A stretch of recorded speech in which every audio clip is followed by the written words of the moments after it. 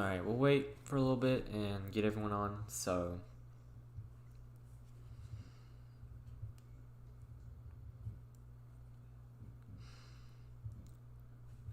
Yeah, I'm doing this early, just because tomorrow and Friday I'm gonna be really busy, so...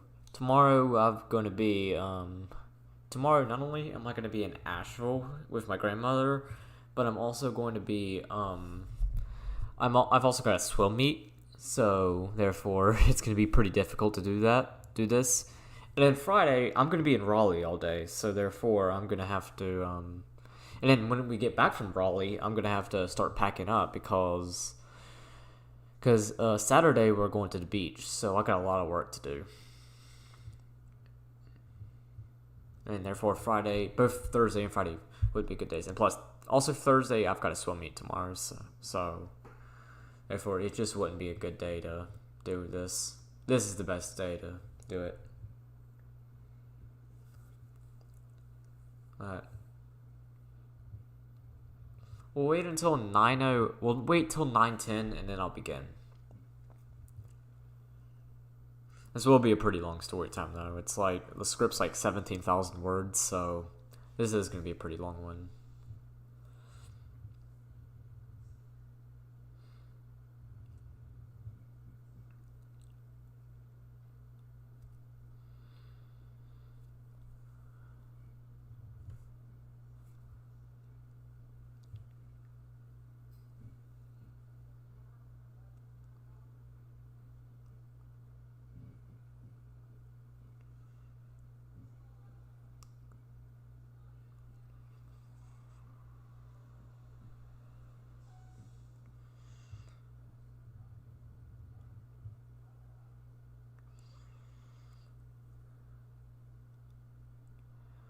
Alright, we'll begin really soon.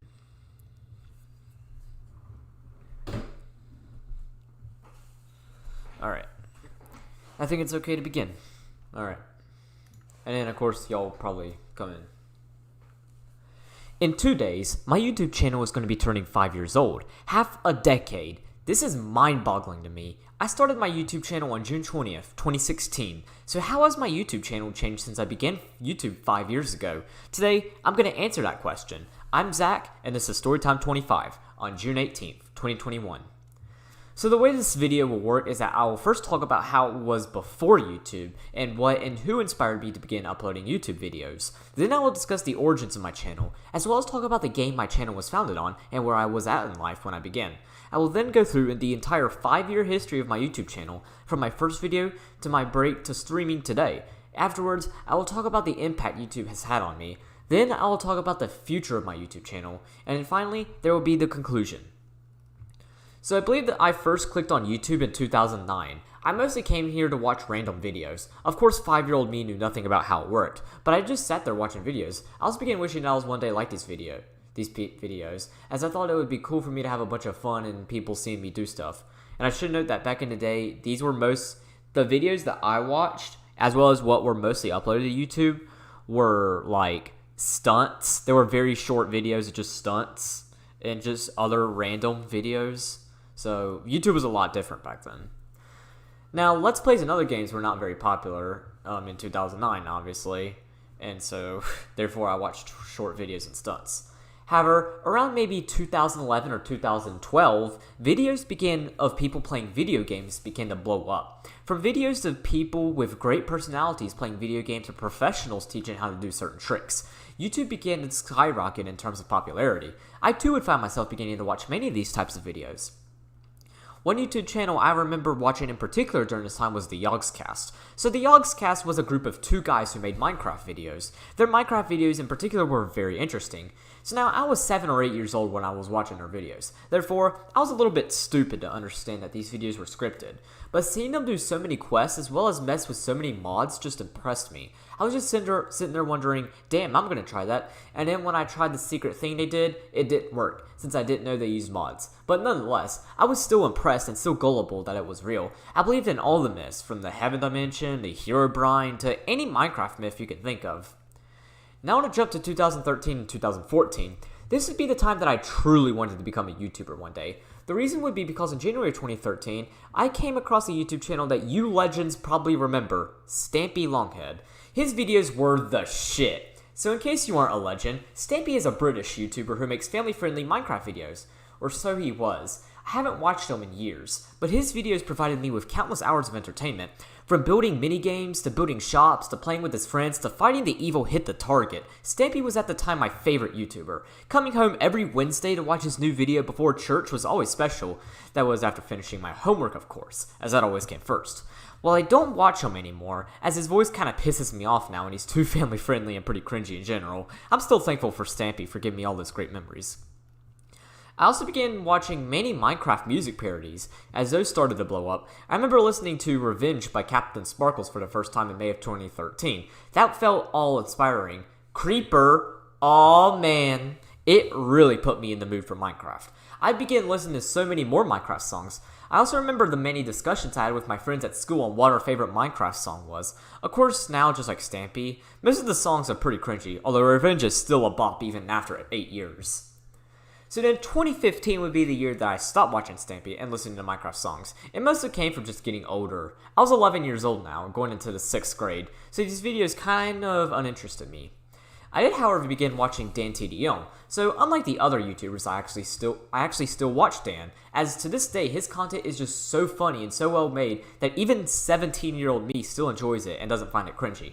Now, I began watching him around August 2015. August of 2015 was a very difficult month in particular, as this was my first year at intermediate school, where I knew absolutely no one. But I did make friends. One of my friends introduced me to Dan TDM, so I began watching him and got hooked. Watching him do mod showcases with Dr. Trioris and Grim the Skeleton Dog was so entertaining. I also loved his Minecraft skits, such as one where he and Trioris go on an airplane and then it crashes. Oh my god, that video brings back so much memories.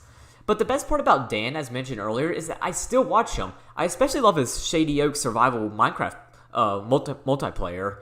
They bring back so many memories and are always super nostalgic. Now that's all the backstory. Let's talk about me now. So as mentioned, I've always wanted to be a YouTuber since I was like 5 years old. At 12, that's when that dream came true. Well, I wasn't 12 actually. I was born on the 21st, but we'll just say I was 12 since I was just a day from turning 12. Anyways, June 20th, 2016 was the day I started not just my YouTube channel, I also made my Google account on this day, so that's how I made my YouTube channel. Now for the process of naming my YouTube channel. So from when I first started watching YouTube at 5 years old right to around when I was almost 16 years old, I was very serious about online security. I'd say I was from the United States, but that's it. Wouldn't say I'm from Charlotte, wouldn't say I'm from North Carolina. In fact, I wouldn't even say I lived in the South. Yeah, I was pretty serious about that back then. I was also concerned about privacy regarding my name. It's a little interesting though. I was comfortable saying my last name was Baynard, but was uncomfortable about saying my first name was Zach or Zachary. So therefore, I decided that after joking about it with my sister, I would go by the name Reggie on the internet. So I decided to go by the username Reggie248. I don't really remember the 248 part came into play, although I still use the 248 on occasion. Later on in the story time, I'll talk about why I started going by my real name. So now, I want to talk about that night of June 20th. So that night after swim practice, I went home and tried to record a video. So although this video has been lost due to time, I still remember it pretty clearly. So I attempted to record a Minecraft video, as I wanted to do a Minecraft Let's Play. Now, in all reality, this is probably not the best time to record a Minecraft Let's Play, as this was a little bit after the whole Lion Maker situation, and Minecraft overall is on a steady decline. So definitely not a good idea, but oh well, I still did it.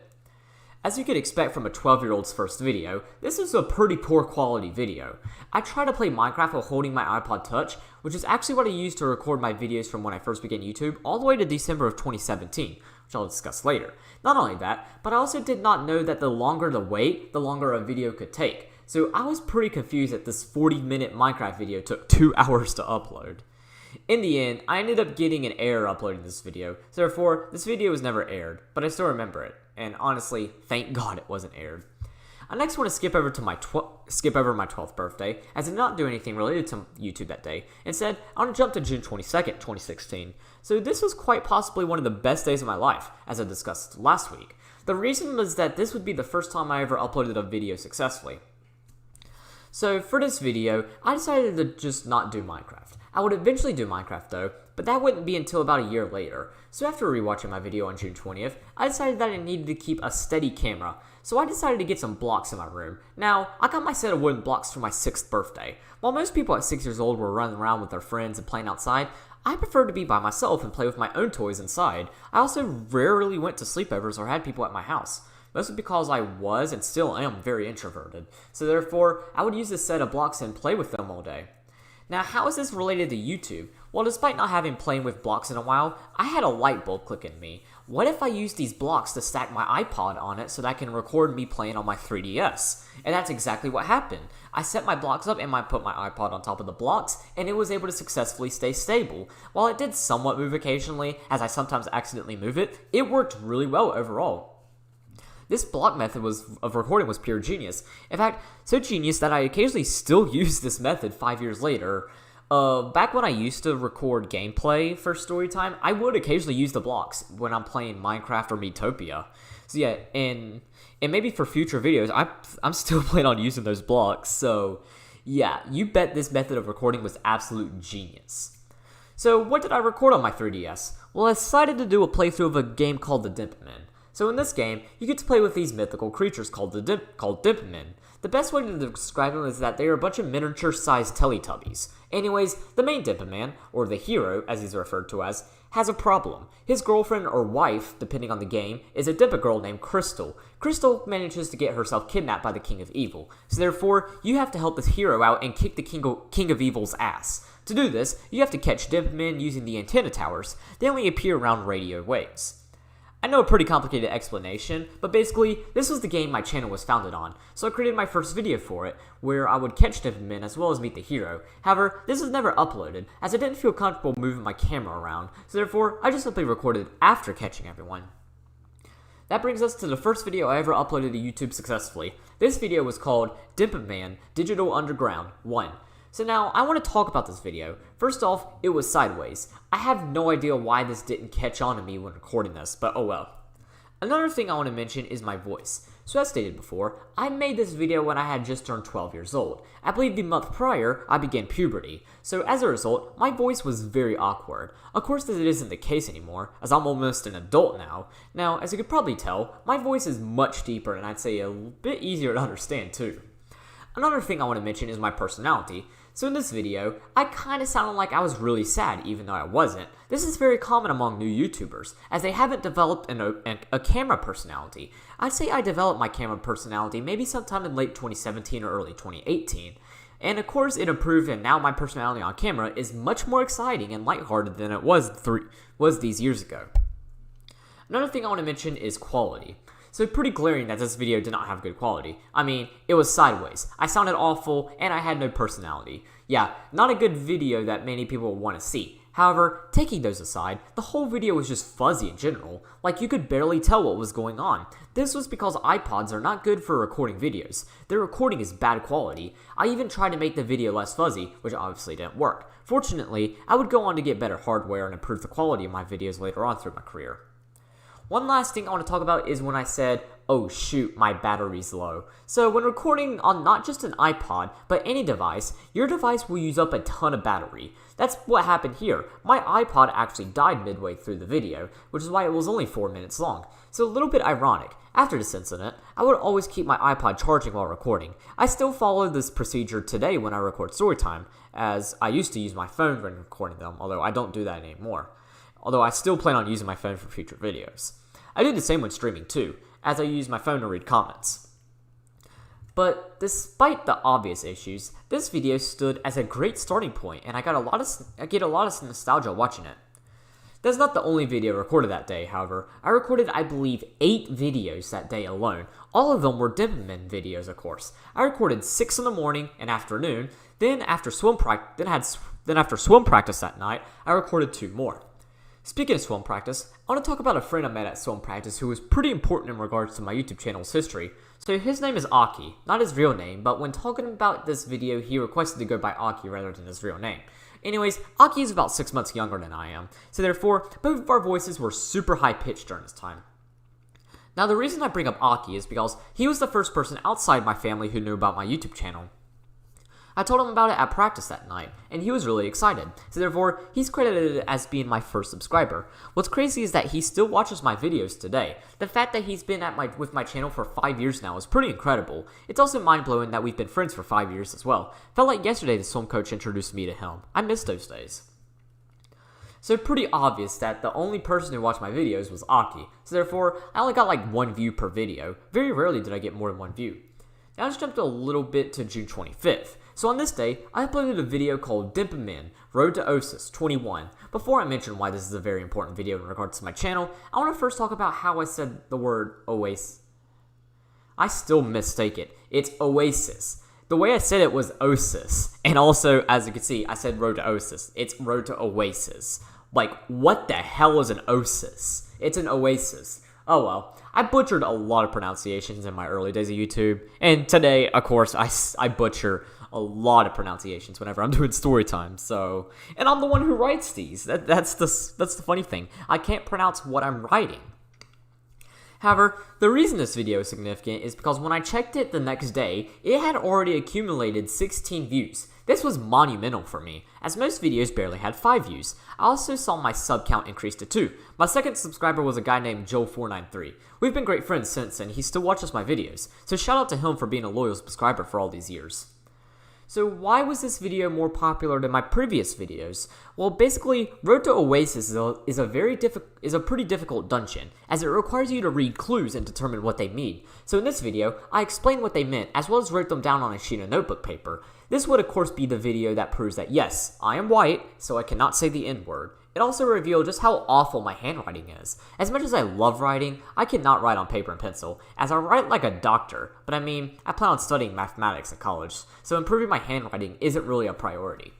So now I want to take a jump to July 12th, 2016. So I made a pretty big mistake here. Before I had even finished my Dimpamin 1 series, I immediately started my Dimpamin 3 series. The reason I did this was because I had just finished the main game, and the post-game in Dimpamin 1 is notorious for being very difficult. So therefore, I wanted to level up first, so I played Dimpamin 3 for filler. Still not a very good idea, but I mean, I needed some filler, so I guess that was my idea for filler. Once I gained a couple levels, I ultimately came back and finished Dimpamin 1, so all good. I also went ahead and completed Dimpamin 3 that August, so I did that at least. Now, interestingly, I never did a Dimpamin 2 series. Not sure why, but I would actually do one in May of 2017, which I'll discuss later. Now I want to talk about July 30th, 2016. So this was the first night Aki spent the night with me. So I thought, you know what, I'm going to let him join in 3 videos. So that's what happened. We recorded 3 Dimpamin videos. Now, no offense to Aki, but he kind of made the videos already cringier than they were. It simply had to do with our voice and age. He was 11, I was 12. Both of us were going through puberty, so you bet our voices are going to sound like a deflating balloon. Not only that, but about every 10 seconds, he would say, "Hey Reggie248. The other day, me and Aki actually went back and watched these videos. Needless to say that both of us cringed a ton, but we still had a lot of fun recording these videos, so it's all good.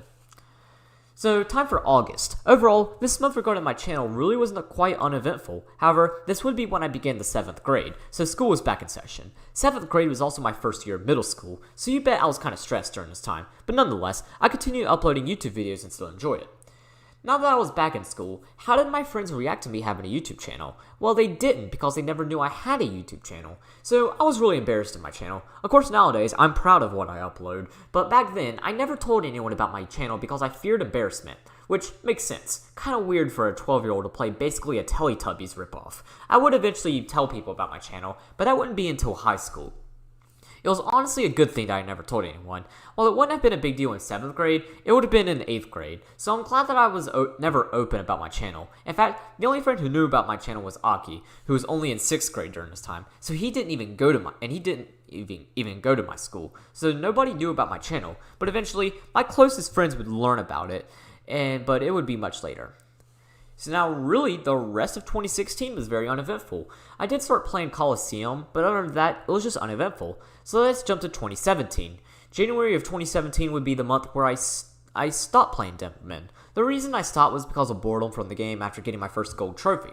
However, I'm not done with January, so let's talk about Aki a little more. So January 25th, 2017 was Aki's 12th birthday. To celebrate, he invited me and some of his other friends for a sleepover, which lasted from January 27th to the 28th.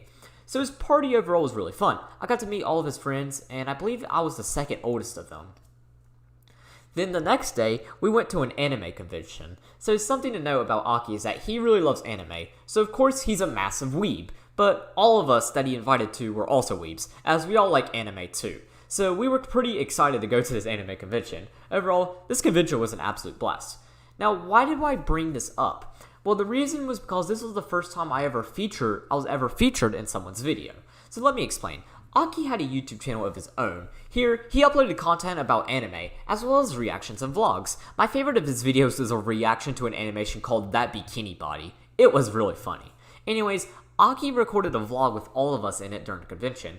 He did not show our faces, as I requested to not have my face shown. I would eventually do a face reveal, but that would be a little bit later. Overall, this video was really fun to make and fun to watch when it was available, as Aki deleted his channel. His channel was called the Anime Dragon, by the way. He recorded many scenes such as interviewing people, one of us working on a Rubik's Cube, me playing a prank on one of the friends, and just overall us having a blast. Of course, Aki had a very high-pitched voice in this video, as he had just hit puberty. I also had a pretty high-pitched voice too. In fact, my voice was actually quite similar to my voice in my first video. After all, this was just 6 months later, so of course my video didn't change that much. My voice didn't really change much from my first video until around the summer of 2016, or 2017, as my 13-year-old voice was a little bit deeper than my 12-year-old voice. Now, January would of course be the last month I uploaded Dipman videos until May. As mentioned before, I got bored and felt like I was done with the game, so I left the game for about 4 months. I tried to upload a Mario and Luigi Bowser's Inside Story playthrough in March, but that failed. So other than that failed series, I didn't upload anything all the way until May. But that's not to say I wasn't productive regarding my YouTube channel. I was actually very productive with it. February in particular was when a revolution happened in regards to my YouTube content. So this would be the month where I began enjoying writing. Well, typing, as I type out everything. But this was when I found a love for writing. So that night of February 17th, I 100%ed Super Mario Galaxy for the first time. Now, Super Mario Galaxy is my all-time favorite video game, so you definitely should play it. It's an incredible game. Play Super Mario Galaxy 2 as well, as it's just as good as the first one. Anyways, after completing this game, I decided to write a list of the top 10 hardest stars in the game. After all, to 100% Super Mario Galaxy, you have to collect every star as both Mario and Luigi, so I had some experience since I had to collect every star twice. While I agree with every pick on this list, as I still feel like that Luigi's Purple Coins is overrated, and the real hardest star is Lava Spire Daredevil Run, I've got to say this script was written so bad. I talked way too much about myself rather than the game. It had very cringy moments, and most of the spots on the list only had about 4 sentences, but it was still a great starting point. It was after all 5 pages long, meaning it was the longest thing I had ever written up to that point, and then I had a precedent of how I would write future top 10s, which I did. I started writing more top 10s, mostly on Mario Galaxy, throughout February all the way to May when I came back to Dipman. Now, March and April really had nothing going for it. Let's move on to May of 2017. Now, this was a big month for my YouTube channel. I believe at the beginning of the month, I had about 11 subscribers. At the end of the month, I had 27. Let's talk about why. So, May 7th would be the day I came back to YouTube. I came back with a Dipman 2 series. Now, I didn't upload a Dipman 2 series in the summer of 2016 for a reason I really don't remember, but now I was going to redeem myself. Now, I originally was just going to do a series of Dipman 2 and then go dormant again, but when recording the series, I just got really hooked and was super hype about each video, and I was the one making the damn videos. Anyways, this series was overall a success. As you can imagine, brought in many new subscribers as well as gave me encouragement to start another Dipman series. So that brings us to May 31st, 2017. I decided to do another Dipman 3 series because why not? I restarted it and started recording again.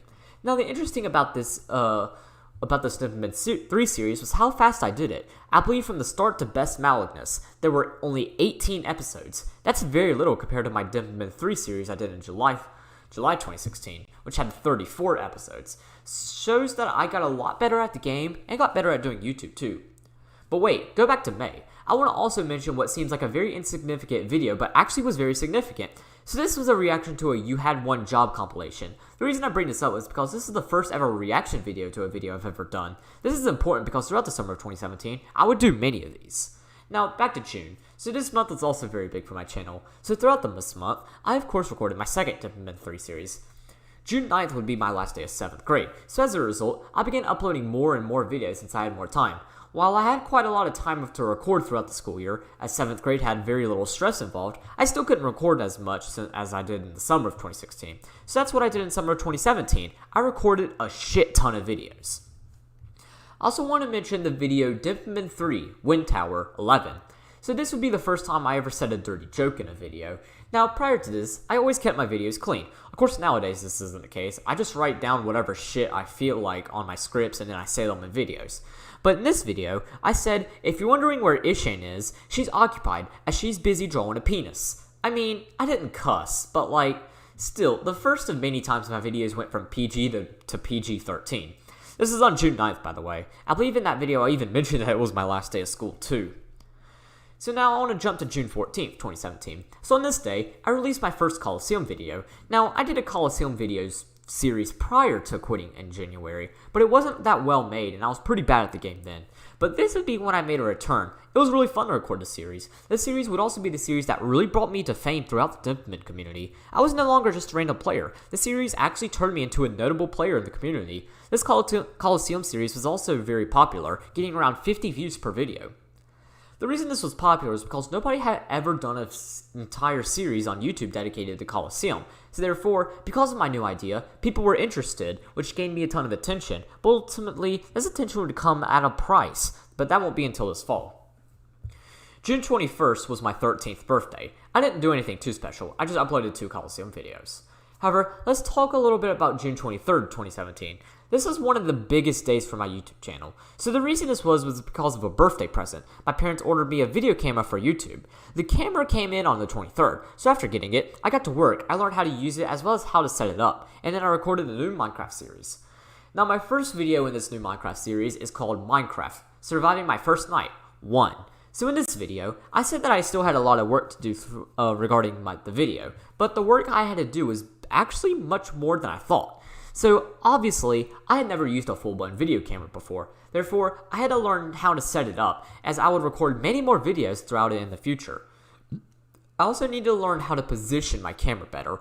In this video, part of the wall can be seen. This is a little strange, as the main focus was the TV, not the wall. You could also see the back window in my room, as well as my bed due to the sun shining in. Later on, I would learn to close the blinds of my windows to prevent this, as well as to simply only record at night. This recording at night thing works really well, as I still record only at night, although for different reasons, as I'll discuss later on. But I ultimately learned how to record better videos with my video camera. I also want to mention where I was recording these. So when I hit record on my video camera, it would start a 5-second cooldown. Therefore, I would quickly run into the tripod and to my recliner.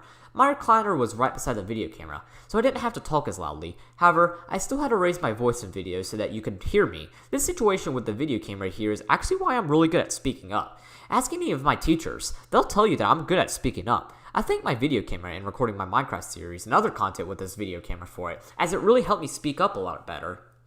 I also want to compare this video a little bit to my first video. So obviously, I sounded a little bit older. I did, after all, make this video 2 days after turning 13, and my first video was 1 day after turning 12. So since I was much farther into puberty, my voice got a bit deeper.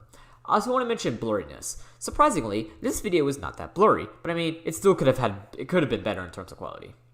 So now I want to talk about uploading this video. So I basically hooked my video camera to my computer and extracted the video onto my computer. I then began uploading this video around 3 o'clock in the afternoon. However, this is when I learned just how ridiculous uploading times can be. This video literally took 16 hours to upload. How the hell does a 26-minute long video take 16 hours to upload? That's what I was wondering. I was always a very impatient guy in regards to YouTube, so I was pretty upset that I couldn't upload any more videos that day on my computer. However, I still managed to upload a Dimpman 3 Coliseum video that day, so I had that at least. After the Minecraft video uploaded, I made a promise that I would only upload videos shorter than 15 minutes, which worked, as uploading became a lot easier and a lot less time consuming. Now about this Minecraft series. Oh god, it was so cringy. First off, I chose the absolute worst time to upload a Minecraft series. Minecraft was just completely dead in 2017. Had I made this video like 3 or 4 years prior, it would have gotten a lot more attention. Or had I uploaded it in 2019 when Minecraft was revived, that would have also seen some views. I only had 25 views from this video prior to privating everything, and most Minecraft videos didn't even hit 10 views. On the other hand, my Dipman videos were becoming more and more popular. My first Coliseum video had 133 views, but my second one had a staggering 413. Each of my Coliseum videos had at least 100 views prior to them being privatized in December of 2020. This was incredible, especially since I didn't even have 30 subs at the time. And I should know when I said that each video had 50, it generally was 50 at the end of the day. By the time I privated it, each video had 100, in case you're wondering. But then I hit 30 subscribers around late June. It was really cool that after a year on YouTube, I managed to hit 30 subs. Crazy to say that, as now my channel has over 450. How the times have changed. So the next day, July 24th, I learned my lesson. So as a result, I think I uploaded like 5 Minecraft videos that day. The rest of June would be pretty uneventful. So how about we move on to July 2017? So this is a pretty busy month for my channel. I recorded about 3 videos every day. I would generally record 1 Dipman video, 1 Minecraft video, and then 1 other video of my choice. I did a Super Mario Galaxy YouTube series, but I also did many reaction series. These reactions were super cringy. I literally scripted the reactions. Yeah, these reactions were not my actual reactions to seeing something for the first time. I acted them out. So as a result, these videos were overall really bad and probably some of the worst videos I ever uploaded. The reaction videos, as well as the Super Mario Galaxy videos, also got very few views. Pretty obvious why. Nobody wanted to see someone stage a reaction. They wanted authenticity, but I didn't realize that, so therefore, I continued to get no views. Of course, my Dipman videos were really popular. Each video during this time now hit 200 views per video, compared to just 100 views in June. I was also gaining a lot of recognition in the Dipman community, too. Many professional players and other notable players started watching and commenting on my videos and subscribing, so I at least had that going for me. Around mid-July, though, I had to take a break from recording videos, as I went to the beach during that time. When I got back, though, I'd go back to recording 3 or 4 videos a day. What's really interesting, too, is how I had the time to record all these videos. So I used to swim year-long for a swim team. I had 2 practices each day, Monday through Thursday, from I believe 9:30 to 11 and 4:30 to 5:45. But yet, I managed to have time to record multiple videos a day even with this. Pretty insane. Of course, then in 8th grade, I would be very occupied to the point that I only uploaded on weekends, but that's not until August. So how about we talk about August 2017? So as mentioned, this would be when my uploading schedule cooled down a bit, but that would be just late August. Though early and mid-August, I continued uploading just like I did in July. August was also the month where our swim team decided to take a break, so therefore I had plenty of time to upload videos. Now how about we get to the good part? So on August 23rd, I went to orientation. Here I got my schedule. My jaw dropped when I saw what I was taking. I was taking 2 high school courses, World History and Algebra 1. I was also taking accelerated 8th grade English. These were the hardest classes our school offered, so you bet I was very stressed out. As a result, I calmed down my uploading schedule a ton. As a result, I only uploaded videos on Fridays, Saturdays, and Sundays. However, this meant that I uploaded a ton of videos these days. Like, I would generally upload about 15 videos every weekend. Yeah, I went insane with my uploading schedule on the weekends. This honestly was not a good idea, as it kind of affected me mentally. More on that later. I also want to talk about the rise of scripted videos. So while I did scripted reaction videos, I also did videos where you could easily guess that they were scripted and were meant to be scripted. I started that in August. I got this idea from a YouTuber named Havoc Gaming. Havoc is basically a YouTuber who makes videos on Supercell games. He nowadays only makes content on Clash of Clans and Brawl Stars, but back then, he also used to make Clash Royale content. I've been watching him since 2014, and to this day, he provides me with incredibly well-made and pretty humorous videos. That's what I was going for with these videos. So the first of these videos I made was 25 Things We Hate in Dipman. I recently rewatched it, and I've got to say, these videos were actually pretty good. I found the video pretty relatable, as well as kind of funny too. Seems like all of my subscribers found it relatable too. Like, while it doesn't exist anymore since the video is no longer public, I remember one comment in particular that listed 25 more things. So not only did I accomplish what I wanted, but I also had some support in the comments as well as some elaborations. This always is a good thing. I also did many non-Dipman related content like this. I made a list of things noobs do in Clash of Clans, although a little ironic because the video showed my base, being a Rush Town Hall 8 with level 5 walls. I also did a video on 50 signs you're a noob in Mario Kart. I want to mention this video in particular because of the video and reception. The reason I mention this video is because it perfectly illustrates the loyalty y'all have, or my subscribers have. So I remember about a year after this video came out, one guy got really offended in the comment section. I don't remember the comment that well, but I do remember him getting mad over some of the things I said. I will admit, this video was pretty horribly made. Most of the things didn't much sense. But one thing in particular that this dude got offended, was when I said that using standard cart, standard wheels, and super glider are things noobs do. I also said the same things with golden customizations too. This dude claimed that he always won with standard customizations and went on how I knew nothing about the game. Which, I mean, yeah, I was a bit clueless. However, I still stand my point that standard customizations are for noobs. Because they are. They have pretty blessed stats overall, and so many other combinations are better than standard ones. Like a Mario Kart Wii, as an example. Who do you think you would win? Mario in Standard Kart or Funky Kong in Flame Runner? I'd say Funky Kong. However, this is when I realized the loyalty of my subscribers. Legit, like 5 of y'all went in and basically told this guy that he was a pussy for getting mad over a video that was not even meant to be taken seriously. Which is true. I believe I even said it myself in that video that this video is not meant to be taken seriously. So yeah, y'all are the best subscribers. This dude went on to delete his comment before I privated the video. I never responded to his comment, by the way. But it really just comes to show that if you ain't got nothing nice to say, then shut your mouth. So now let's jump to September of 2017. This is a very chaotic month for my channel for both good and bad reasons. So let's jump right in. So firstly, I want to mention how my Dippin' 3 Coliseum series was doing. It was doing incredible. I had now reached 50 subscribers, and the views on my videos went crazy.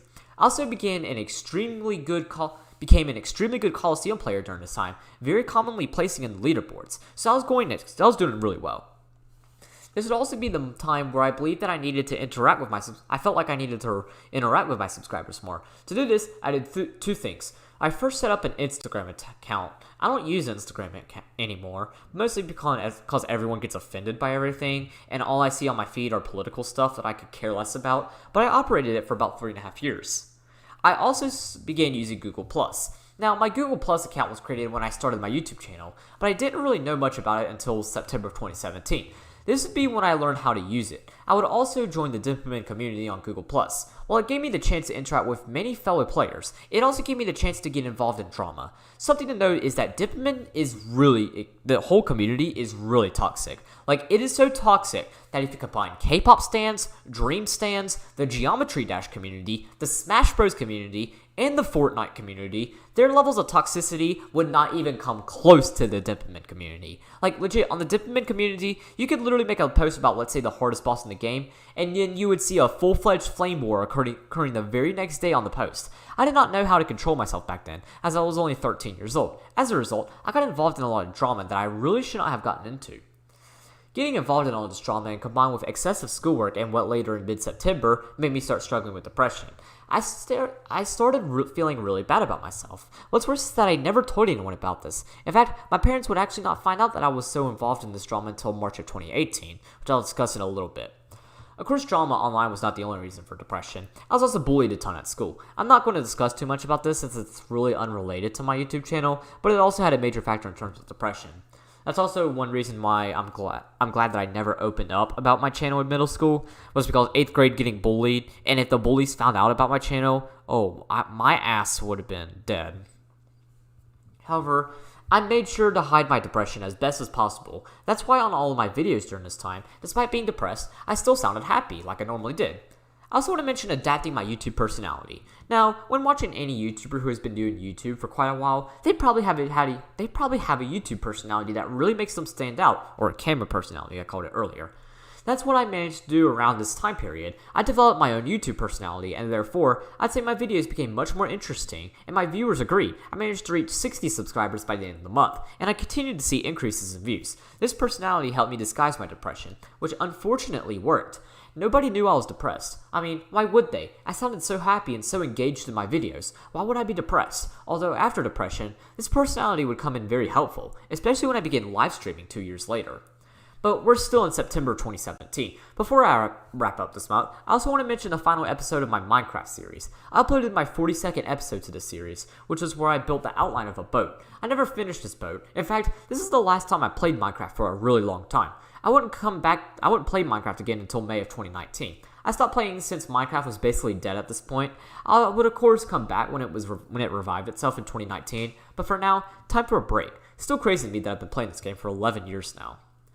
Now let's move on to October of 2017. So like September, this was also a very important month regarding my YouTube channel. So this would be the month I broke my 3DS. I broke it when I accidentally laid it down too hard on my dresser. This meant no Dipman videos until December. So as a result, I began recording more videos with my video camera since I could not make videos on my 3DS.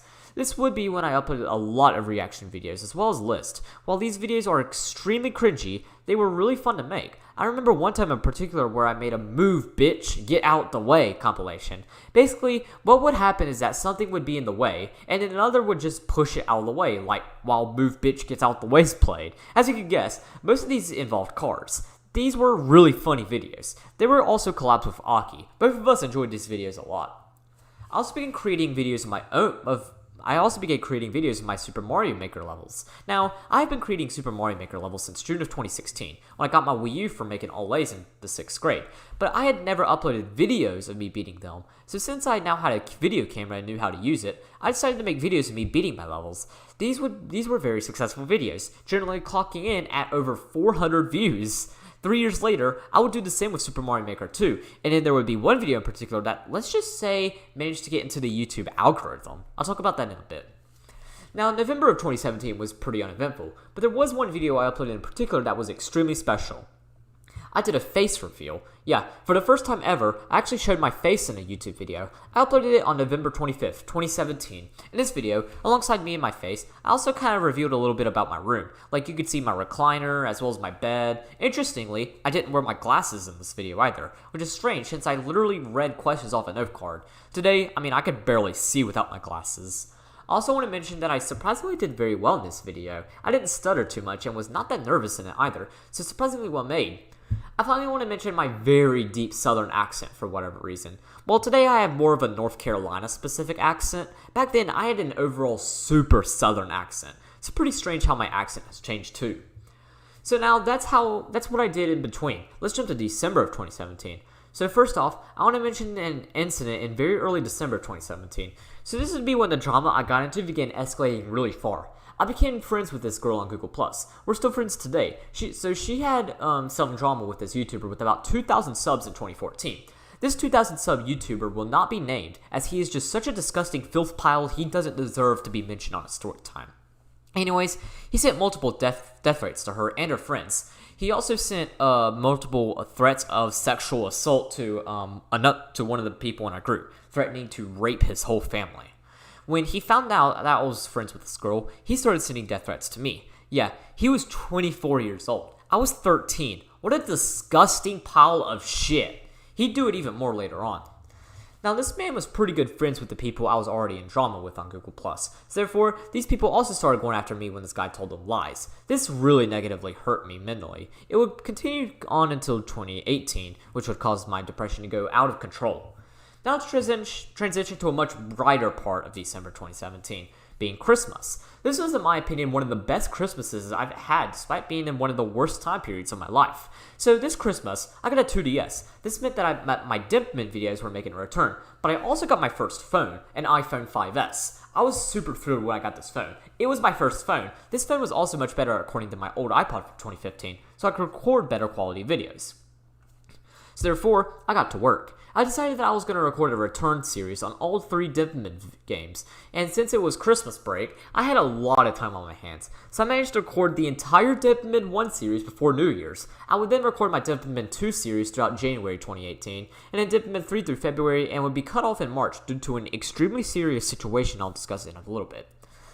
Finally, 2017 has been wrapped up. Let's now discuss the new year. So, if you ask me, I would say that 2018 was the second best year of my life, only behind 2019. However, 2018 would be first if you just simply get rid of January, February, and March. So, January 2018. This month was probably the best month of the first quarter of 2018. But that's not to say it was good. It was still really bad. I first want to mention that the dude who sent me death threats continued to send more death threats, which also drained me mentally. I then want to go ahead and jump a little bit to January, late January. So remember Aki's birthday in 2017? Well, in 2018, he got his boys together. This time, instead of going to an anime convention, we went to a trampoline park about 15 minutes away from Charlotte. Afterwards, we ate pizza. It was really fun. However, he never recorded a vlog of this. So why am I mentioning this? Well, I first want to talk about a flame war that happened on Google+. So one of our friends in the group, I was in with a girl, not the girl by the way, got in an extremely heated argument with many of the members of the development community. They actually added me to help them out. I did not help them, as I was obviously busy with Aki. But when I checked my phone, and when I got home, I just sat there wondering, what the hell happened here? I can't remember what they were arguing about, but this quite possibly was one of the craziest flame wars I think I've ever seen, and thank God I never took part in it. So really, nothing else much happens in January. Let's move on to February 2018. So this was also a really bad month for me mentally, but interestingly, this was quite possibly one of the best months for my YouTube channel. So on February 9th, I started a Metopia series. This was and still is to this day the most popular YouTube series I've ever done on my channel. Each video brought in hundreds of viewers. In fact, the last video in the series, which is also the last video I recorded for a couple months, had over 800 views before it became private. That video was uploaded in March. I'll explain more about it later. But probably the biggest thing about this month though was that this would be the month I reached 100 subscribers. I reached 100 subscribers on February 23rd. To celebrate, I created a Mario Maker level. It unfortunately was taken down by Nintendo since it didn't get enough plays, but it still served as a celebration for reaching 100 subs. Now while YouTube was going incredible this month, mentally, I was not. I've told the story many times on Storytime, but I tell it again because it's important and really affected my life a lot when I was 13. So around mid-February, I began feeling suicidal. I felt like nobody gave a damn about me, and that I should just listen to that YouTuber as well as do all the stuff that people on Google Plus say I should do. Combined with excessive homework and being bullied at school made this an extremely ugly situation. But despite what was going through my mind during this time, I still managed to keep my YouTube personality, as once again, I was very good at hiding my feelings, so therefore, you could really not tell how I was feeling through my videos. So this brings us to March 2018. So this was the final horrible month of 2018, but by far probably the worst month of the year. I only uploaded it on one weekend, being March 2nd to March 4th. However, the videos I uploaded were very successful, in particular the final video I uploaded that weekend, which would be the last video I uploaded for 4 months. I uploaded a video called Metopia, Why King Henry Died by Drinking Chocolate Milk, 57. This video had over 800 views. In fact, at one time, it was actually the most popular video on my channel. Of course, there would be a Diplomat Coliseum video for whatever reason that hit over 1,000 views. In 2019, there would be a Pokemon tutorial that had over 2,500 views. And in 2020, there would be a Super Mario Maker video that had about 147 times more views for no reason at all. But it isn't to say this is for a good reason. The reason this video was so popular compared to my other videos is because it was the last video I uploaded for quite a while. So therefore, it always popped up as my latest video whenever someone checked out my channel. The reason this was my last video for a while is because of what happened the next Thursday, being March 8th. Now, I explained this day in detail in Storytimes 10 and 23, and I really don't want to talk about it, as it's just a situation I really hate discussing. But I'll mention it and describe the main event since it had a major impact on my channel. So this would be when I went from being suicidal to coming up with a plan to commit suicide. It was a little bit more complicated than that, but that's basically what happened. That morning, I was sent another death threat from the YouTuber, which also really set the mood. I also saw someone trying to start drama with me on Google+, which also set the mood. So therefore, I was feeling extremely down on my way to school. At school, I made multiple threats of suicide, and even hurt myself. Fortunately, my science teacher heard these threats and immediately got me help, and she got me set up with a counselor. I would later on go to the mental hospital that night and stay there for 5 days. At the hospital, I was prescribed Zoloft, a medicine that slows down your nervous system. I took this medication for about 2.5 years. It wouldn't be until I was a junior before I let it off. I also would begin seeing a mental therapist. I would generally have therapy sessions about every week. Then it was shortened to every month when I was a rising sophomore. Then it was every 3 months when I was a rising junior. It still is every 3 months as a rising senior, which I think is good for me. So I remember that night after I got discharged from the hospital, I got on the computer and talked to one of my most loyal subscribers, the dude. His channel will be in the description, by the way.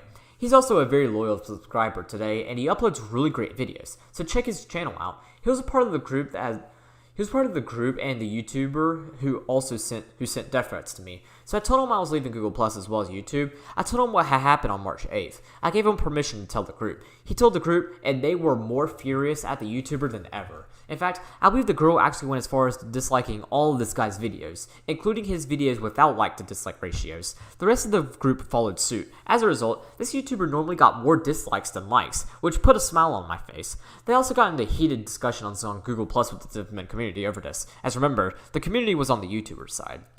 So now, I have gone off YouTube. What did I do? Well, I ended up hitting my all-time high in terms of happiness. I went from a time period of extreme happiness and was super satisfied with life from the day I got discharged from the hospital all the way to November of 2018. If you watch Storytime 20, you would know this as the post-depression period part 1. So throughout the month of March, as well as the beginning of April, I did not have my phone. My parents looked through my phone while I was in the hospital, which is how they found out about me getting all the drama, as well as the death threats. I think it was a great idea for them to take my phone away. I really think it benefited me a ton. But then in late March, specifically March 28th, I broke both of my arms trying to jump a tennis net. Pretty stupid situation. In fact, I'd even give it its own story time of its own one day.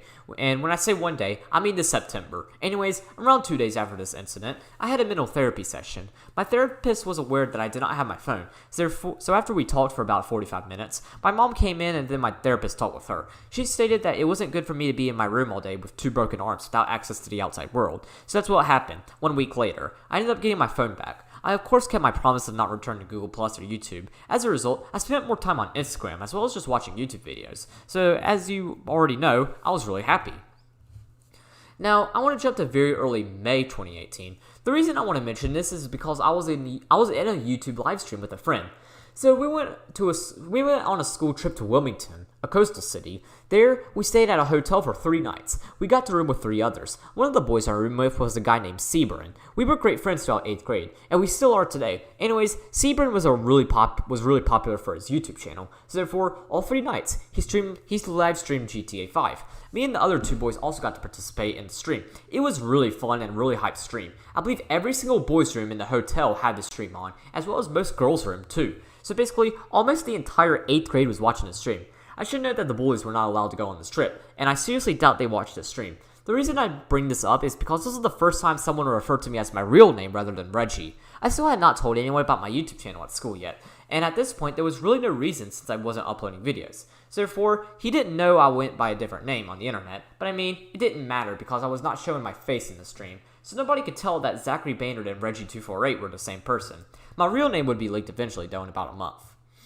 So that's all that happened regarding YouTube in May. Let's talk about June. More specifically, I want to discuss my 14th birthday, which was on the 21st. So my sister decided to do an Instagram post telling me happy birthday. You know, normal stuff. However, at the end of the description of the post, she said, "Happy birthday, Zach." Some of my subs followed her, so this was when my real name was revealed. At first, I thought it was the end of the world, but later on, I didn't mind. In fact, I would actually on occasions use my real name for content. Now, before I move on to July, I want to mention the last week of school, which was in early June. This was when I finally grew the balls to tell Sebrin about my channel. I'd also tell my friends Ryan and Robbie about it. Because of this, we're all great friends and they often join me in live streams. I'm glad I did this, or else I would not have any contact with them had I not. Now let's move on to July 2018. This is the month where I ultimately revived my channel. Yep, I came back to YouTube, only in a different fashion. So I was very cautious in regards to returning to YouTube. My main concern was of course that YouTubers sent death threats to me earlier in the year, but I was also concerned about that he might gather his friends to attack me in my channel. So what I did was that I only uploaded 1 video a week, disabled comments, and turned the like to dislike ratio off. I think this was a good idea. I also very rarely spoke in my newer videos. So while these videos were a lot more boring than let's say my Metopia series, they were safer. I would follow this format all the way until June 2019, which I'll discuss later on. So what was the first video I uploaded with these restrictions? Well, I decided to put an end to my Metopia series and do a video of me watching a replay of me beating Dark Sung. Of course, afterwards, I disabled comments and likes to dislikes. This video was uploaded on July 14th, 2018, 4 months and 10 days after my previous video was uploaded. So now since I was recording one video a week, I realized that I would not be able to continue my usual style of recording playthroughs of games. So therefore, I decided to switch to recording boss battles while I played the game off camera. I did this with mostly Pokemon. While it was fun making these videos were pretty terrible. They were quite possibly the cringiest videos I think I ever uploaded. If I ever made my older videos public again, these videos would not be going public, as they were just that horrible. The funny thing is that I almost never spoke in these videos, so I don't know why I cringe so much for watching these. The first of these videos I made was of me defeating Ultra Necrozma in Pokemon Ultra Moon. I recorded it on July 21st, 2018. It of course had no like to dislike ratio, and it had comments disabled. So now let's discuss August. So this would be the month where I began my freshman year of high school. Freshman year was, while stressful and challenging, it was far from 8th grade. Completely new school with new people, none of the bullies too. It was a great school year. In case you are wondering what happened, I got accepted at early college earlier in the year, which is where I went to school for freshman year. I of course still go here as a rising senior. It's been incredible, and I'm extremely grateful I had the opportunity to get away from the bullies, as well as be with the people who have similar beliefs as me when it comes to education. So now back on topic. What I uploaded throughout this month was basically the exact same thing I did in July, and would be for the following months. However, I would start doing lists, such as top 10 favorite Pokemon and that shit. These were even cringier than my other Pokemon videos. This is because I didn't actually talk in them and didn't really know how I was talking about most of the time either. So yeah, these videos were trash. Thank God they're private, and thank God the comments were off these videos. Boy, I probably would have seen tons of criticisms had I left comments on. So therefore, I really don't have a lot to talk about for not just August, but for most of 2018 as a whole. However, I do want to touch on Christmas 2018. So in August, I ended up losing my phone at school. It was never found, so therefore for Christmas, I got myself a new phone. I got an iPhone 6. I probably could have gotten a 7 or even an 8, but I chose the 6 since it had a headphone jack. This would be what I used to record all of my videos and live streams for about 9 months. So now that's all I got for 2018. Let's talk about 2019. I have to consider 2019 to be the best year of my life, and I have good reason for that, as we'll see in regards to my YouTube channel. So from January all the way through May 2019, we're basically the same in regards to my YouTube channel. I uploaded the same cringy content and didn't have any likes or comments. So let's jump to June. So June 2019 was a major turning point for my YouTube channel. So before I begin, I'll discuss an event in May that set the stage for this YouTube front. So as a reward for getting through freshman year and making A's and B's, my parents bought me a Switch. They also bought me Mario Kart 8 Deluxe. Pay attention to that, as this game is going to be very important later on. But back to June. As a way of celebrating my 15th birthday, they bought me Pokemon Let's Go Eevee. While not the best Pokemon game, I still had so much fun playing this game. They bought it while we were shopping at Walmart, so it was an early birthday gift. This was on the 16th, by the way. So the reason I mentioned Let's Go is because on the 18th, being Tuesday, I uploaded not 1, not 2, but 3 videos. In these videos, I defeated the Elite Four and the Champion, but what's interesting is that these videos weren't actually cringy, they were genuinely pretty good videos. I didn't talk in them, by the way. But it's not why these videos were significant. They were significant because these videos, for the first time in over a year, I enabled comments and enabled the like to dislike ratio. Each video had at least 10 likes, 0 dislikes, and over 200 views. So that's really good. I also had a lot of comments across the 3 videos, all of them being positive. I did this as an experiment, and I ultimately determined that this experiment was successful, so I decided to relax some of the restrictions I set myself. So I decided that due to the success of these videos, that I would do a playthrough, just like I did with Dipmin and Miitopia. I decided I was going to play through a game. What game did I choose? Well, I decided to play through through Pokemon Silver, which I played via Virtual Console. And I've got to say, these videos were pretty good. I never cringed while watching them, and overall, I enjoyed rewatching them. Okay, well, there were some bad moments that did make me cringe a little bit, but they weren't too bad. I also want to briefly mention that these videos had a pretty calm tone overall. The reason was because I was recording this YouTube series. I was working at Vacation Bible School at church. I was a little bit worried that the kids might find who I was about my channel, so therefore, I try to stay clean. I probably would have used a few non-family friendly words, but I just didn't want any of the rising 6th graders I worked with to see my videos. And rising 5th graders, by the way. And be like, is this our group leader? Although this fear was a little bit unrealistic, as I of course was still sporting Reggie248 as my username, but I still had my voice though, which would have been a little bit problematic. But Vacation Bible School only lasted a week. A week later, I was able to be a little bit more authentic in videos, although I still didn't cuss that much. Now, interestingly, the Pokemon Silver playthrough was an incomplete playthrough. I never finished it. It mainly was because of boredom. I just beat Price and obtained the 7th gym badge. If you know how Gen 2 Pokemon works, then you know that after obtaining the 7th badge, Team Rocket raids Goldenrod City and hacks the radio tower. This is probably the most boring part of the game. I knew this prior to the playthrough. I played through Pokemon Soul Silver. While Heart Gold, Soul Silver are my 3rd favorite Pokemon games, behind Ultra Sun and Moon and Platinum, this was probably my least favorite part of the game. It's just super boring, and I just hate fighting level 18 Grimers 7 badges into the game. So therefore, I decided to end this playthrough. The final video was uploaded on July 16th, 2019. Also, just for fun, I'm going to go ahead and mention my starter for each generation, just in case you're wondering. I'm Team Charmander, Cyndaquil, Mudkip, Turtwig, Snivy, Froakie, Popplio, and Sobble. Now, back on topic. So after that YouTube playthrough failed, I decided to take a break, which I did. I took a month-long break from YouTube. A month might not seem like a lot, but quite a lot in between happened during this time. So I believe about a week after my 15th birthday, I managed to get 3 stars in all my Grand Prix in each class on Mario Kart 8 Deluxe. I also unlocked all my vehicle customizations too. So as a result, I didn't have much to do. That's when I decided, you know what, why not challenge myself and try to beat all tracks as fast as possible. In case you don't understand, I decided to take up speedrunning a year before it was cool. Now, speedrunning was something I decided to do simply because I was bored, but it actually would become a hobby of mine. Even today, I still occasionally whip out Live Split and try to beat my own times. So what games did I speedrun? Well, I speedran 2 games, Mario Kart 8 Deluxe and Mario Kart Wii. So first off, you're probably wondering how the hell you speedrun a Mario Kart game. Since the point of the game is to go fast as possible, well, how it works is that I would try to finish either certain cups or even all cups as fast as possible. Mario Kart 8 Deluxe would be the game I speedrun first. I originally only did 150ccs. Now I only speedrun 200ccs, as I just have more fun doing it than 150. For Mario Kart Wii, there is no 200. Well, I mean, there is on CTGP, but I played vanilla Mario Kart Wii, so 150 it was. I have a lot of fun speedrunning both games. Speedrunning Mario Kart is definitely a lot easier than other games, as it's easier to determine what you did wrong, which therefore it's easier to learn from your mistakes and get better times. But other games, it's kind of difficult. Now, I never was a speedrunning sensation. I mostly appeared at the bottom of the leaderboards, which is okay. I'm not trying to be the best. I just want to improve my time. Now, originally, I did not record my speedruns. I should note that yes, you are allowed to submit times without video proof as long as it ain't like a world record or a super low time or anything like that. I would eventually start live streaming my speedruns after my break from YouTube, which I'll get to in a minute.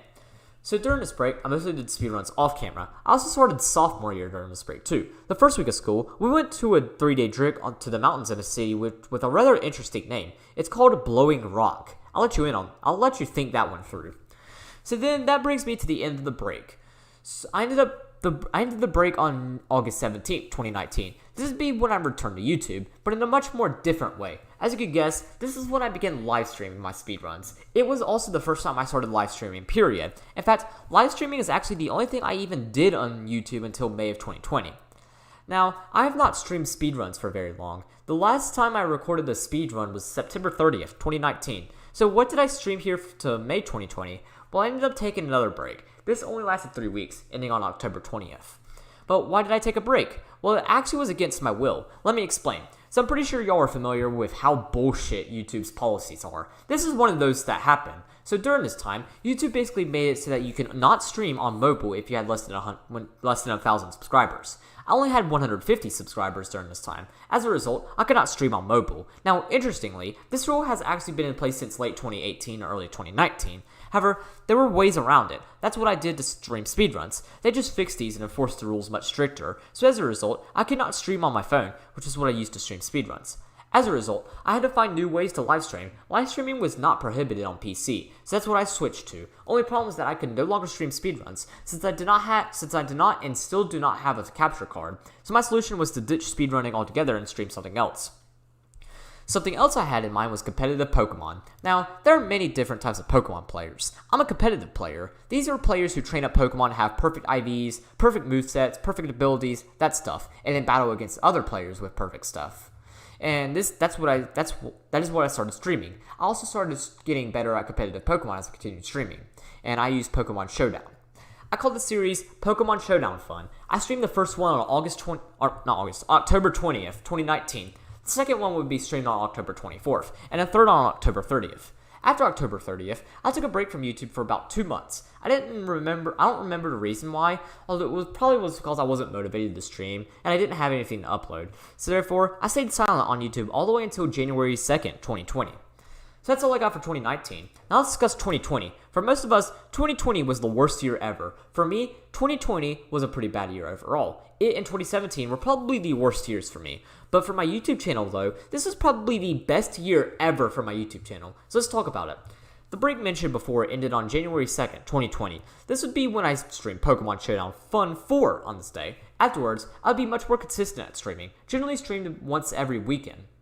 Now, I want to talk about a new series I started. Pokemon Showdown would continue, but for the time being, I started the series where I would react to some of my old videos. These were extremely fun to make, and honestly, I really don't know why I stopped doing them. This series had 4 streams. The first one was streamed on January 19th, the second on January 24th, the third on February 21st, and the fourth on February 28th. In between the third and fourth part, on February 22nd, I would stream Pokemon Showdown 5. As you can tell, I also took another month break. It would mostly be because of school, as school was getting really stressful during this time. I should note that generally, school gets really stressful around mid-year. Most of the time, it gets super stressful between the months of January and March. There have been some instances where that was not the case. As an example, I just finished junior year last month. Surprisingly, May was actually the most stressful month of that school year, but I was a sophomore during this time. Sophomore year was normal. Its stressful time period lasted from January to March, but it ended in a very unusual circumstance that I'm going to talk about now. So now, let's talk about March. So in mid-March, the coronavirus pandemic became plaguing the world. This is what caused 2020 to be a pretty shitty year. As a result, we had to quarantine. This meant that I had to do online school. For most people, this was awful. For me, this was actually a good thing. It let me off a lot of stress of having to wake up early to get to school and all, so it actually was beneficial to me. Not only that, but I also got out of a few projects and some tests, so all good. So why did this positively impact my YouTube channel? Well, I just went full on beast mode with the streams. I streamed multiple times a week, so much so that I honestly can't describe each stream, as there were so many and so much diversity among what I streamed to. I'll probably only mention the important streams during this time. So Pokemon Showdown 6 was streamed on April 13th, so about a month into quarantine. Literally the next day I would pick up with 7, and the next day I streamed Pokemon Showdown Fun 8. So that kind of comes to show just how much I stream. I also streamed other stuff during this time period as well. Now now that that's settled away, let's talk about May 2020. This would be the month where I ultimately came back to recording and uploading videos. Hadn't uploaded a video since July 2019, so this was pretty nice. I decided to go back to uploading Mario Maker levels like I did in 2017. But unlike those videos where I recorded me beating my own levels, these were actually of me beating other people's levels, specifically Super Expert Speedrun levels. Another difference is that in these new Mario Maker videos, I was playing Super Mario Maker 2 on the Switch. Now, the video I want to focus on is actually a video still up on my channel. It's called Super Mario Maker 2 Speedrun 20 Seconds by Maker Sammy, Super Expert level. I uploaded this video on May 22nd, 2020. If you go to that video, look at that view count. 118,000 views. Wow!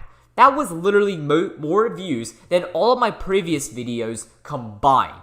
Crazy that this video, out of all others, went viral. It also had over 3,000 likes too, and over 130 comments, which most of them were positive. So pretty crazy how that happened. I guess I just got my video to the YouTube's algorithm and people started watching my video. Unfortunately, this is the only video that went viral. Everything else really wasn't popular. As a result, my sub count started to increase faster than ever. In all previous years, I gained about an average of 50 subs. This year, I gained over 250 subscribers. I had just hit 200 subs when this video was released. By the end of the year, I had over 450 subs. So now, my username was still Reggie248 during this time. It had been that way for almost 4 years at the point. However, I hit 248 subscribers while streaming Pokemon Showdown 9, which was streamed on June 2nd. So to celebrate, I thought that going by Reggie248 when Reggie was not my real name was pretty cringe, so I decided to ultimately change my name to my real name, Zachary Baynard. As of course, I go by Zach. I think that this is a good idea, as it kind of allows me to be a bit more personal with y'all, because it's easier for someone that I'm doing a collab with to refer to me as my real name rather than Reggie. I also, of course, dropped from the 248 from my name. However, on many games, I often use ZachB248 as my username, so I still occasionally use 248 today. Now, my parents were a little bit concerned about this, but they stopped caring after like 2 days, so it's all good. I also, of course, changed everything I went by Reggie on, except a couple platforms that I just haven't used in like 3 years. So yeah, at this point, I started going by my real name. Next, I want to mention Pokemon Showdown Fun 12. It was streamed on June 28th, 2020. This is an important Pokemon Showdown stream because it was the first stream where someone joined me in it. The person who joined me was Ryan. Me and Ryan have been friends since 7th grade, and he likes competitive Pokemon too. So it worked out perfectly. The stream didn't last too long, lasting only a little over an hour, but it was still a fun stream nonetheless. Now the rest of June was really uneventful. Let's talk about July, which had a little bit more going on. So on July 16th, I uploaded a video of me playing Geometry Dash. It was specifically me beating a level called Platinum Adventure. This is the first ever Geometry Dash level I ever uploaded onto YouTube. This is really important, as I would continue to upload more Geometry Dash levels to YouTube, and I still do today. The next day, I would upload myself beating Demon Mix, and then the day after, I beat Impulse. Now, I want to jump to the very end of July, more specifically July 31st. So on this day, I streamed Pokemon Showdown Fun 13. The reason I bring this up is because, to this day, this is the longest form of media on my YouTube channel ever. This stream lasted a total of 3 hours, 10 minutes, and 11 seconds. Not only that, but in my opinion, this is one of the most hyped streams I ever had. The reason would be because this was the first stream that featured Robbie. So me and Robbie have been really good friends since 6th grade. He too really liked competitive Pokemon. Anyone could join the stream by simply connecting to Discord. Since June, the only person who had joined me in streams was Ryan. However, now Robbie joined in. Robbie was basically the missing piece of the puzzle. He was just exactly what I was missing from my streams. He made the stream super hype and just overall an amazing stream. He also did this with future streams too. In fact, we even have a saying, it's not a Pokemon Showdown stream without Robbie. So now, August was not much of an eventful month regarding YouTube. Of course, outside YouTube, it was important as I began junior year, but in regards to YouTube, it was not that important. I still streamed a lot and uploaded some random videos. The same goes for really the rest of 2020 as a whole. However, December 2020 was a very important month in regards to my channel. So in response to the new DMCA laws that were passed under the COVID-19 emergency relief package, streamers and YouTubers can now face jail time for playing copyrighted music. Pretty stupid law. In response to this, I privated all of my videos, fearing that I might have copyright music in my videos. Ultimately though, I really didn't have to private all my videos. While this law was passed, it's extremely weak and is not enforced at all, as it was just such an unpopular law among about everyone in the country. Like, judges won't even hear cases regarding this issue, and that's how unpopular this law is. So therefore, I honestly should not have worried about it. But to stay safe, I did it anyways. Nowadays, I often forget that this law even exists, as it's just so weak, but it did cause me to private all my videos. That was the only reason I privated my videos though. I wanted to grow as a that was not the only reason I privated my videos though. I wanted to grow as a content creator, but I did not want my videos from when I was 12 or 13 to reflect what my channel was like in 2020 in the future. So therefore, I just privated those videos so that they didn't reflect on who I was today. So now, what was I going to do differently? Well, on Christmas Eve of 2020, I had an idea that would not only entertain my audience, but would entertain me as well as positively impact me. This is when I came up with Storytime. It's what you're watching right now. It's where I picked a certain event or a certain time period of my life, and I'd talk about it in a video. I would write a script for each of the Storytimes. I would create a background gameplay. Then while playing the background gameplay, I would record myself reading the script. Then I would trim it. Pretty simple.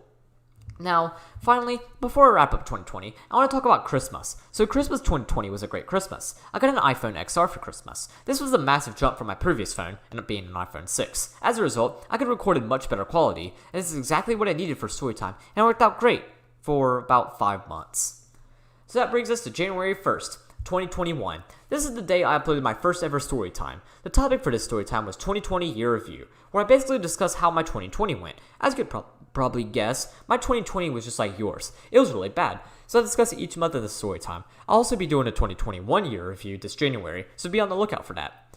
I also want to mention Geometry Dash. So this would be the time where my skill at Geometry Dash just shot straight up. Like, I was beating harder levels. I beat a level called Sky Tower right before the turn of the year, and since then, my skill at the game just soared. The reason I was able to make this jump was because of my new phone. Now, the refresh rate for my XR was the same as my 6. Both of them are 60 Hz, but the main reason was power. The 6 is today's standards a pretty weak phone. The XR, even in today's standards, is a very powerful phone. As a result, I could run levels with more objects. I would not get the screen record lag too, something I struggled with a ton on my 6. So therefore, I started playing Geometry Dash a lot more. So now let's go back to Storytime. So I like to consider the first 10 episodes of Storytime to be experimental Storytimes. These were, of course, my first 10 episodes of series, and I had to learn how I wanted to do Storytime as well as how it worked. So for my second Storytime, which is January 8th, I decided to talk about my freshman year. I remember this as being a very difficult Storytime to do. It was almost 40 minutes long. Not only that, but I also had to record it because I was not satisfied with the first tape. But overall, it was still a success. It went on to inspire many Storytimes. It inspired Storytime 5, Storytime 10, Storytime 15, Storytime 22, and it will inspire Storytime 27, which will be on my 6th grade school year.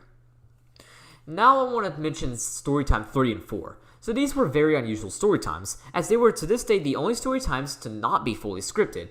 They were instead semi-scripted. While the backstories were scripted, the actual stories themselves were not. I simply spoke them off the top of my head. I haven't done this since, mainly because I felt like this kind of style just doesn't fit me, so therefore the rest of my Storytimes would be fully scripted. Now, Storytime 5 would be when I went back to fully scripted videos. It was just like Storytime 2, although I talked about sophomore year in the Storytime. Storytime 6 would be when I'd start talking about more specific topics. Here, I talked about intensives, which were basically something our school did. I then talked about Fuge, a church trip for Storytime 7, my swimming career in Storytime 8, and then school fights in Storytime 9. Now let's jump to March. So I first want to mention Storytime 10. It was on my 8th grade school year. This was, and still is to this day, one of the longest videos I ever uploaded to YouTube, clocking in at an hour and 36 minutes. Previously, the longest video I ever uploaded was Storytime 5, being 39 minutes and 50 seconds. Also compared to the scripts, Storytime 5 script was 7,600 words long. Storytime 10 script was almost 20,000. I knew that this was going to be a long video, so that's why I actually started to work on it even before Storytime 8 came out. Now, is this the longest Storytime? No. Storytime 22 was about 30 minutes longer, but Storytime 22 was streamed live. So therefore, Storytime 10 will probably forever take the cake as the longest video I ever uploaded. So now, I want to mention my peers' reaction to Storytime. So freshman year was when I told my friends about my YouTube channel. We were juniors now, so they've been with my channel for over 2 years now, and it seems like they really love Storytime. One person in particular who likes Storytime is Dylan. He comments quite a lot on my Storytimes, which always motivates me to make more. He's been watching Storytime since the announcement, where I announced Storytime, so he's a legend. So now, I also want to mention the effects of Storytime. So as you can guess, this is the 25th Storytime I'm doing. Doing 25 Storytimes has had a really positive impacts on me. One such would be writing. I consider the scripts to be my writings, and the videos are just simply me reading my writings. Writing scripts for 25 Storytimes made me an incredible writer. While I had a ton of experience with writing beforehand, as I started writing for fun in 2017, I really did not have much experience writing about myself. Storytime really helped with that, as obviously I was now writing about myself rather than a game. I also remembered a lot more than I do with Storytimes. I remember after writing the script for Storytime 8, I began remembering a lot more about swimming. I also remember after writing the Storytime 20 script, I remember more from the post-depression period part 1. Pretty crazy how writing about this stuff allows you to remember more from it. Now, really, there wasn't too many events happening the rest of March and April. Let's jump to May. So May 1st was when I began writing the script for Storytime 22, which would be on my junior year. I was still a junior when I was writing the script, but I wanted to get ahead because I knew this Storytime would be massive. And I'm glad I got ahead, because this would ultimately be the longest Storytime script I ever wrote. It was almost 25,000 words long and on 56 pages. However, there were multiple issues with the Storytime. So I attempted to record this video a total of 5 times. Each time, they failed. The first attempt only recorded the last hour and a half. The second only recorded the last 30 minutes. Then for the third attempt, I attempted to split it into 3 parts. The first part uploaded, but it had no volume, despite having volume in my photo gallery. For the fourth and fifth attempt, my phone crashed while recording. On my Discord server, we refer to this situation as the Curse of 22. I then got ahead and decided to record Storytime 23, and it was successful. It had no problems at all, which was weird. Storytime 24, however, would be a similar story as Storytime 22. While the recording process had no issues, the editing process did. For some reason, the video got corrupted whenever I trimmed the video. As a result, YouTube would not even let me upload it. In order to release both of these videos, I had to come up with a plan. Ultimately, my plan was to discontinue the normal process of creating Storytime, as pretty clearly my phone no longer liked me. Instead, I would just have a thumbnail for the screen, and I would read off the script. Basically, like a podcast, but with a screen. I would also start doing these live. This meant that now, I would be reading the script off my phone, and I would be speaking into a mic that's connected to my computer. I'd then develop this for me reading the script off my computer, and I would not use my phone at all. I think this was a pretty creative and very good idea, as now not only is the audio better quality, but there was no longer a bunch of pointless gameplay. I did this with Storytime 24 and on June 12th, and with Storytime 22 on June 13th, and as a result, the Curse of 22 was broken. And that brings us to today. In just 5 years, my channel has gone from a 12-year-old rising 7th grader making Dipperman videos to a 17-year-old rising senior making scripted videos about his own life. When I began, I was 2 months away from starting middle school. Now, I'm 6 months away from graduating from early college. It's insane how much I've grown, not just as a content creator, but also as a person in general. Now, I want to talk about how my YouTube channel has impacted me and how has it helped me grow. So for one, YouTube helped me with speaking up. Now, before doing YouTube, I could not speak up very well. I was pretty quiet whenever I spoke. Now, I'm really good at speaking out loud and proud. Whenever I'm given a presentation for a class or something like that, I can speak very clearly and loudly so everyone can hear me. Another thing too is that the YouTube helped me meet new people. In my 5 years of making YouTube videos, I've met many people. While of course there are some assholes on YouTube, other people are really nice. As a result, I've met many new friends on YouTube that I would not have been able to meet without YouTube. YouTube has also helped me get better at video games. I am way better at playing video games now than I was at 12. I guess it's just because I play them in front of a camera and try to look cool, and then I try to look cool off camera. Finally, YouTube has helped me become a better writer. While this is simply because of Storytime, I still got better at writing even before Storytime. I began writing scripts in 2017 and continued to do so. As a result, I started developing my own writing style and just got better at writing more on rote. Now let's talk about the future of this channel. So first off, I want to talk about the very near future. So I've decided that to celebrate my hard work with YouTube over the 5 years, I'll be taking a break from YouTube. This break will only be a week long. This would also be the first time I ever take a break from Storytime, but I think that this is a good thing. I need time to rest. Therefore, next week, June 25th, will not have a Storytime. The next Storytime will not be released until July 2nd. I will also be taking a break for the week of July 30th. I will be in Philadelphia that week, meaning I will not have access to my computer, so therefore, no Storytime will be released on July 30th either. Then in early August, I will be starting senior year. Well, it's not really going to be a year. It's just going to be a semester since I'm graduating this December, but I will be very busy not just with schoolwork, but with college applications too. But although I still plan on doing Storytime during that time.